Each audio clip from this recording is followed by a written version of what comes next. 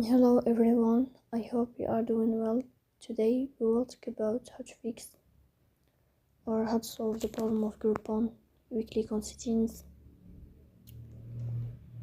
then we click on apps, default apps, app settings.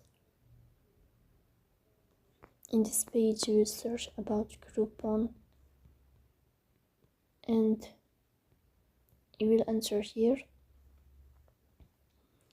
Then in this page of app info, you will click on first stop and you will click OK. Here you will enter to the window of storage. Here you will click on clear cache. In the end you will turn off your phone and you will wait a moment to restart your phone again. So please don't forget to support us by like and subscribe. See you next time and thank you for watching.